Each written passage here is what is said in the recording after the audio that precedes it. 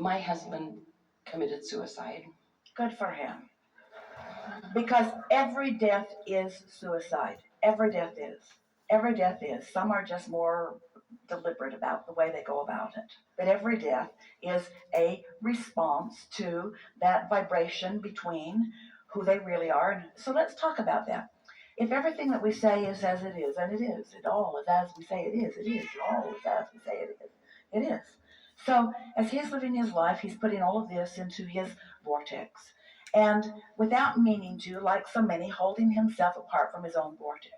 When you've created a masterful vortex and you hold yourself so definitively apart from it, it is very hard to take.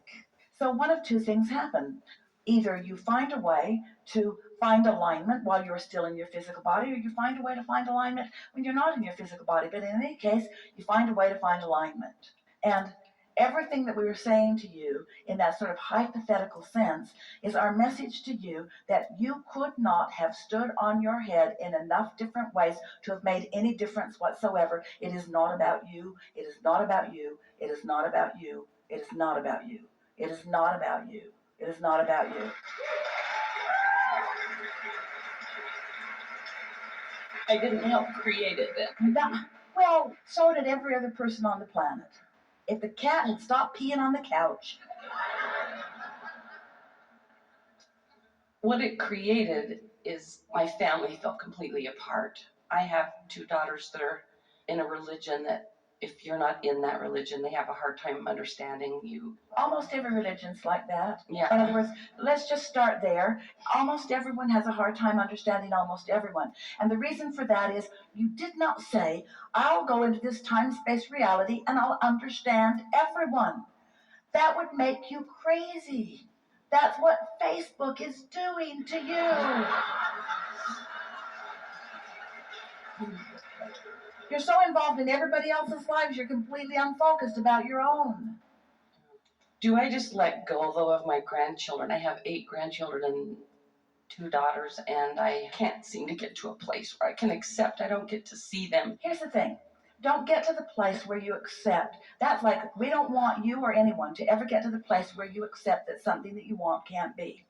But something that will soothe you today, this minute, immediately, is if you can accept that you have a vibrational relationship with them that you can focus upon and get a feeling for all day, every day. And don't let the absence of the manifestation, just because the manifestation isn't the way you want it this red hot minute, doesn't mean that what you want does not exist.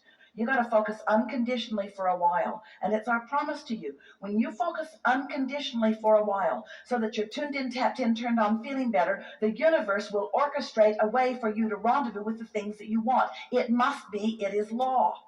But that isn't what you've been doing. You've been focusing upon the reality that's tearing you up, keeping you from being in vibrational alignment with your vortex, with what you want. And so what you're getting is what you're a vibrational match to. It's okay, but it doesn't have to feel so bad, you see. I get that. How else are you going to sort it out? You're going to say, all right, well, you guys belong to a religion that believes a way that I don't. So something's got to change. Either you got to join me or I got to join you. And all of you stand there and say to each other, we're not going, we're not coming.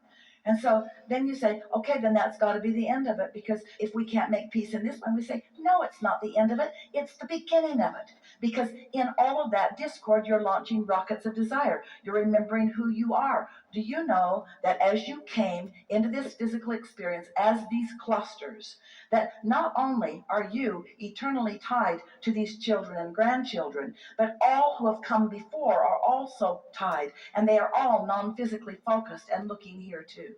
In other words, to be in a place where you have cut yourself off from the attitude of love and you're using some bogus thing as your justification for it, you don't want to perpetuate that in them. You don't want to stand in resistance to them. You don't want to wave the red blanket in front of the raging bull and cause them more discord from who they are.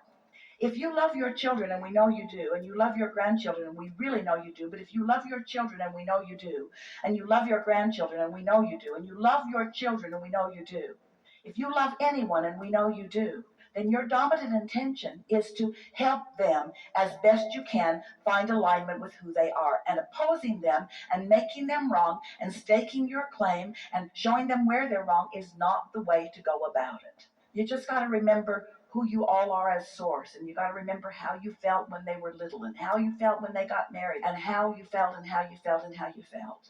This is the best opportunity that we have ever seen. Not because it's big and not because it's tragic and not because it's a big burden. This is the perfect opportunity to discover not just the relief of unconditional love, but the power of it. When you blame yourself, you're walking around with this advertisement that says, I'm to blame, I'm to blame. And weaker people who haven't learned about focus and who don't really care that much about how they feel pick up on your vibe and blame you. So you keep getting blamed for stuff that you have nothing to do with, not because they're looking for a way to blame you, but because you have been carrying that around. Someone who feels guilty will attract someone who has a propensity to blame. It's this law of attraction thing. So what we want to help you to do is to acknowledge that you've been doing just fine, and that the source within you adores you, and that this person who made his transition into non-physical holds no blame whatsoever upon you or upon himself, because now he's in a place where he understands what's really going on. So as you relax little by little and get feeling better and letting yourself like yourself more in the natural way that you will, what happens is we may be channeling Taylor Swift. Haters gotta hate, hate, hate, hate, hate, hate. Haters gotta hate, hate, hate, hate. And you just gotta shake it off. Shake it off.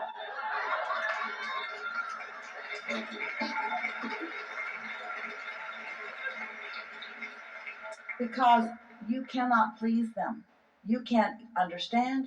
The only thing that you can do is to come in alignment with your source. And when you do, the return to that steady, consistent love. See, the thing about relatives is that you got to catch them on a good day. The thing about source is it's always a good day. But you got to be in the vicinity of the good day that source is always flowing to you. So as you find these thoughts that are easier for you to hook up with source, so that you become addicted to that connection, what will happen is you'll find yourself unwilling and eventually not even capable of focusing upon those thoughts that have been putting the resistance on your trail. And this is going to be hard for you to hear, but it's the reality that we want you to know. It's not the decision of your children that is keeping you from your grandchildren. It's the resistance that you've put on your own trail in response to what you think they mean or what you think they're saying to you. Feels like it's a reality that they are creating because these are demands that they're making and these are edicts that they are putting out there. But that's never what is really happening. Your response to them is just causing you to pile more and more and more stuff on your trail, on your path of least resistance that's preventing you from what you want. But as you get your attention off of that and on other things, that will begin to dissipate more and more. And then it will one day just feel logical to them. These children are not going to be that old before they begin requesting time with you. And in their alignment, their connection to source, their power of influence will be much greater. And that rendezvous is a sure thing. It's a done deal. It has happened many, many times in the vortex, and it will bring itself all the way to fruition. You've just got to stop being sad in the meantime. We really want to make that statement to anyone who wants anything that hasn't yet manifested. You got to stop being bent out of shape over the fact that the manifestation hasn't happened, because you're being uncomfortable about the fact that the manifestation hasn't happened is what's causing you to put all the stuff on the trail and preventing it from happening sooner. It's not possible for you to not get what you want.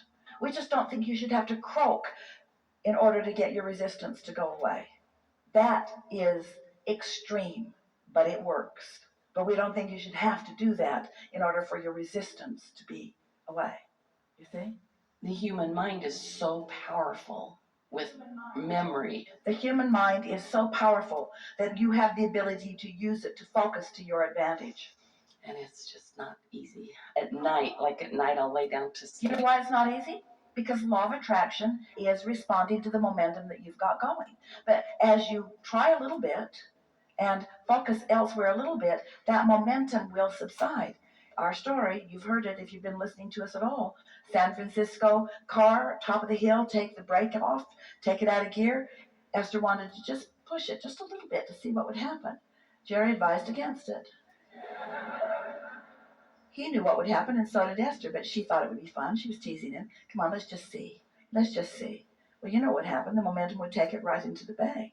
So Esther thought, oh, let's just let it go a little bit, and before it gets going, I'll just stand in front of it, and it'll bump up against me. Jerry didn't let her even get that far. But she knew she could stop it before it really got started. You always can, can't you? You can always stop momentum before it really gets started, but once it's really rolling, you don't want to stand down there at the bottom of the hill trying to stop a rolling car. So don't ask yourself to be able to do the impossible thing. Don't stand at the bottom of the hill trying to stop a rolling car. Catch it in the earlier stages, just a little bit at a time. And before you know it, law of attraction will be working for you. It always is. It feels like it's working against you. Sometimes you say, it feels like my thoughts are thinking me rather than I'm thinking my thoughts. But that's just the momentum of law of attraction. You've all experienced it. Have you ever had something under your skin bugging you? And you really don't want to talk about it because it's negative. But then you spill the beans to someone. And then you think you feel relief because you've vented. But now the momentum is just getting going. And then you think of more things. Now you feel bad about saying it. So now you think of more things to support what you said. And now, if they're patient enough to listen to you for a little while, now they got stuff they want to say too. Now you've really got this momentum going. And then you just sort of have to roll down the hill into the water, or have a good night's sleep, or meditate. You have to do something that helps you to release the direction of or the momentum of. So when you say it's hard, we don't disagree. If you were to say it's not possible, we would not agree. If you were to say it's hard because law of attraction has hold of my practice thoughts, we would agree. If you say that it can get easier because I can practice other thoughts, we would agree with that too. And so that's why we say, when you first awaken in the morning, while you slept, your momentum stopped. You didn't completely make the potential of the active vibration go away, but you have stopped the momentum. And when you wake up in the morning, you could start it in a different way if you cared enough about how you feel. So I have some questions for you. Do you believe that you have accepted feeling bad for the rest of your life as your, we don't want to use the word punishment, as your probability? Do you just believe that it is your lot in life, given everything that's happened, to just feel bad for the rest of your life? Do you believe that? Because a belief is just a thought that you keep thinking. I really don't. It's more along the lines of, it feels like every time I get to that place, another tragedy happens. This is like the third, fourth suicide, drug-related death in my best friend. It feels like the world won't stop happening. Tragedy won't stop outside of me. Does anybody have the statistics? You know how many people have died since we started talking? It's our fault, not yours. No. We just want you to understand that what you're calling death is a logical part of life. You didn't intend to come into these bodies and focus here always. And so we want to find a way that we can soothe the word tragedy and begin calling it logical reality. Begin calling it the response that different people are having to life. Begin calling it just sort of what's going on, to stand back from it. When Esther began visiting with us, it was hard for her at first to listen to or get her thoughts around our cavalier attitude about what you call physical death. But over time, we were able to help her to understand that the reason that we are light about it is because nobody ever dies. Right. The reason that we are light about it is because we are consciousness in full availability to all other consciousness. That when someone, no matter who it is, whether it's your beloved animal or whether it's your beloved mother or whether it's your beloved lover, it doesn't matter who it is. Anytime someone makes their transition, they are still consciousness, and now they are pure positive energy consciousness focused on you every single time. Those who remain in physical form after someone has made their transition are fully aware of you, loving you fully with no conditions attached.